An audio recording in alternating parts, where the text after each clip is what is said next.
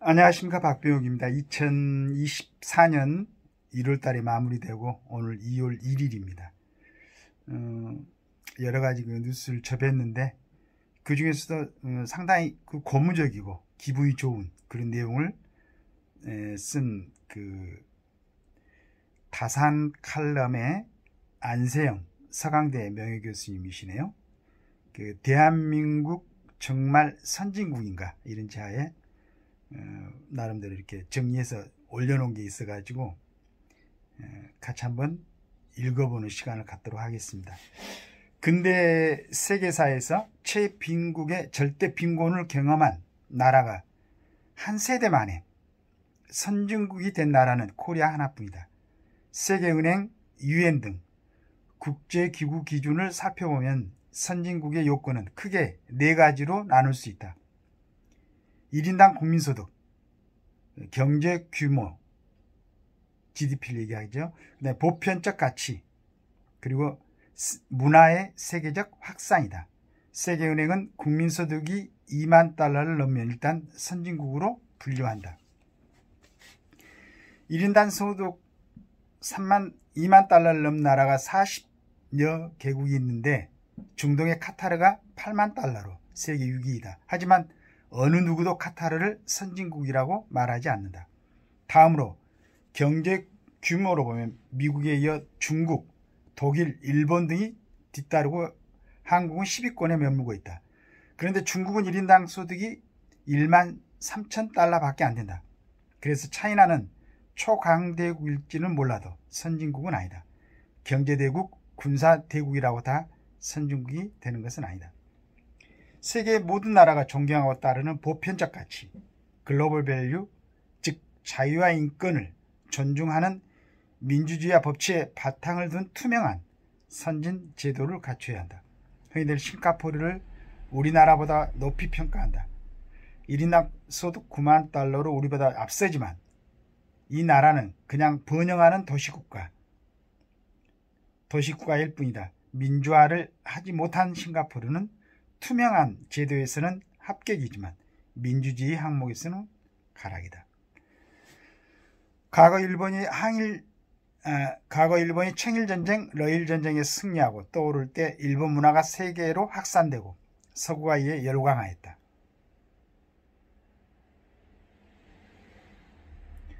그 유명한 이탈리아의 푸치니의 나비 부인이 그렇고 프랑스 인상파의 거장 모네의 지베르니 정원에 가면 모네가 얼마나 일본 문화, 일본 판화에 매료되어 있었던가를 알 수 있다.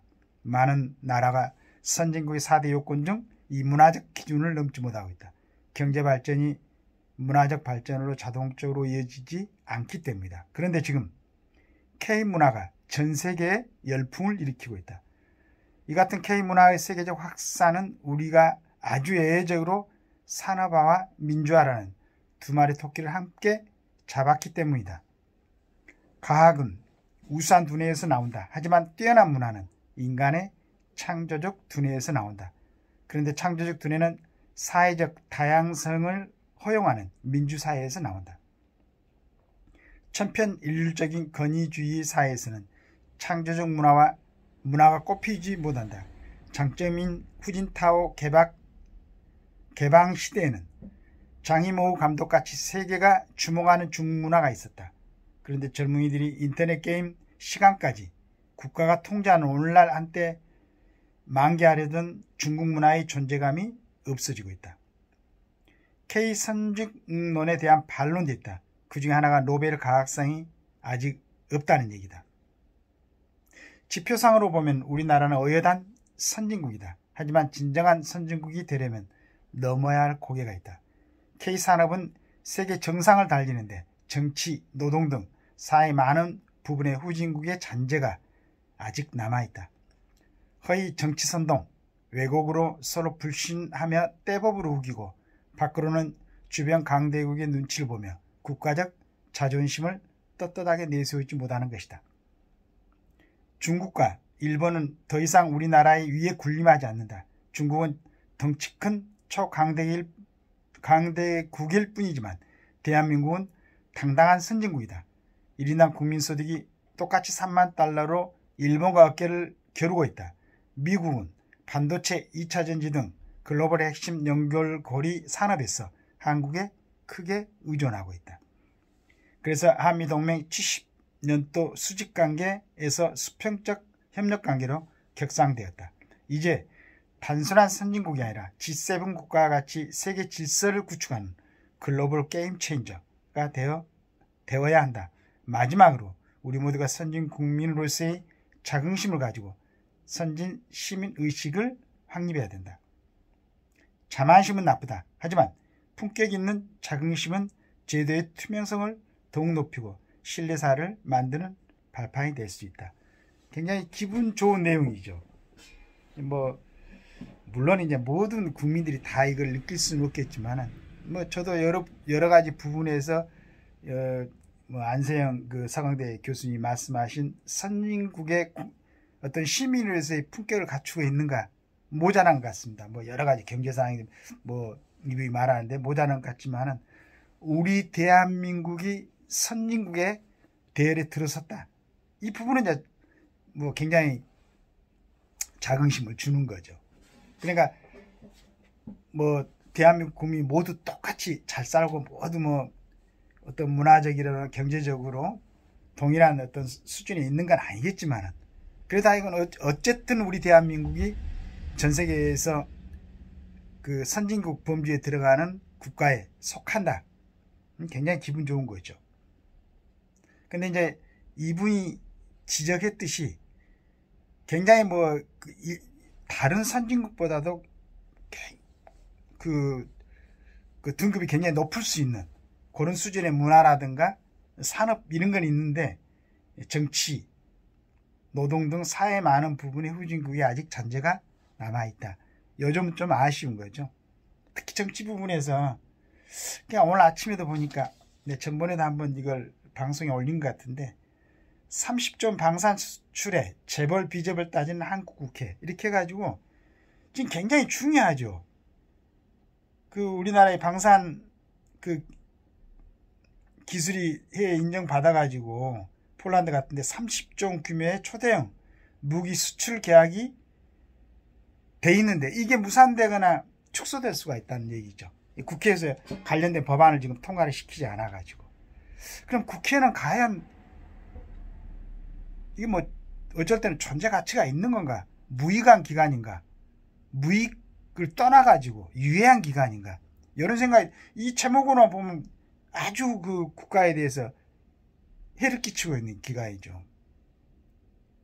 국회의원들 이렇게 빨리 생각을 접어가지고 바로 해가지고 이런 부분에 대해서는. 근데 엊그저께 보니까 국회의원의 수당은 올렸더라고요. 근데 언제 시간이 있었는지 또 그건 빨리 또 처리를 했어요. 참 재미있는 집단으로 봐야 되나. 국민들 생각에 과연 국회가 필요한가? 그냥 소극적으로 유익하지 못한 기관가를 떠나가지고 적극적으로 유해한 기관인가, 이렇게 생각하기 전에 정말로 중요한 이런 문제에 대해서는 빨리빨리 결정을 해주고 국민들을 위해서 다시 봉사하겠다는 이 생각을 좀 했으면 좋겠어요. 전체적으로 평가가 이렇게 좋은데, 그냥 이제 여론 기준이 아까도 이제 이분이 평가를 했겠지만은, 한 세대 만에 선진국이 된 나라, 여기 가장 기본적인 것이 우리나라의 어떤 산업화와 민주화를 동시에 이루었다. 그럼 민주화가 그 다음에 이제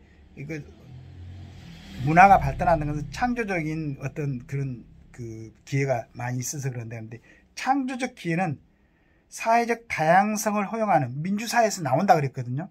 그럼 우리나라가 이렇게 문화가 전 세계적으로 이렇게 뻗쳐나갈 수 있도록 발전한 것은 그만큼 지금 민주주의화 돼 있다는 얘기입니다. 그런데도 불구하고 지금도 민주 얘기하고 이런 얘기를 하면서 재벌 비접을 따지면서 이걸 30조 방산 수출에 대해서 이걸 축소시키거나 무산시킬 가능성이 있는 이런 행위를 하고 있다는데, 과연 이 집단이 우리 국가기관으로서의 존재 가치가 있는가, 이런 의구심도 있는 거죠.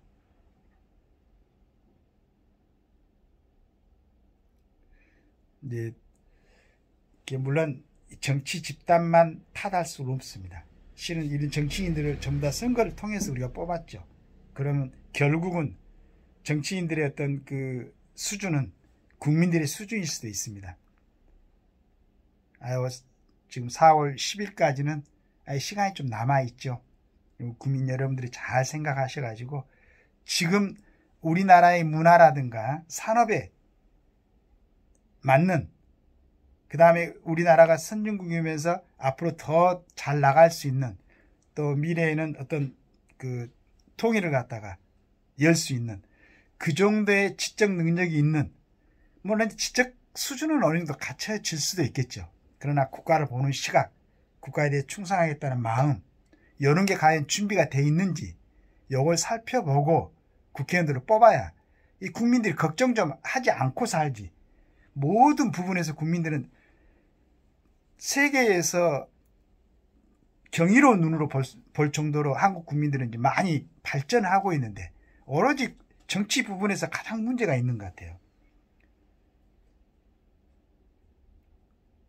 어떻게 방산 30조이라는 큰 그런 아주 정말로 지금까지 잊지 못했던, 더구나 그것도 우리나라 비행기, 탱크, 자주포 이런 거 갖다 수출하는 그런 계약을 맺어놨는데 국회의원들이 법을 갖다가 지금 통과를 시키지 않아가지고 이걸 수출을 못하게 되거나 무산돼 버리면은 대한민국이 국가 간의 거래 아니에요. 국가 간의 거래인데 이게 무산되면은 신뢰가 얼마나 떨어지겠어. 대한민국의 신뢰도가. 그 다음에 금액적으로 손해는 얼마나 많이 나겠어. 지금 이 안 좋은 전체적인 경제 상황에서 이런 역할을 해태하지 말고 국회에서 제대로 역할을 해가지고 이게 빨리 법률적으로 그 수은에서 필요한 그런 법률을 갖다가 빨리 정비를 하시기 바랍니다. 그래가지고 더 이상 국가가 좋은 방향으로 나가는데 부정적인 역할을 하지 않도록 그렇게 해주시기 바라겠습니다. 이건 정말로 이제 국민으로서 부탁을 드리는 겁니다. 감사합니다.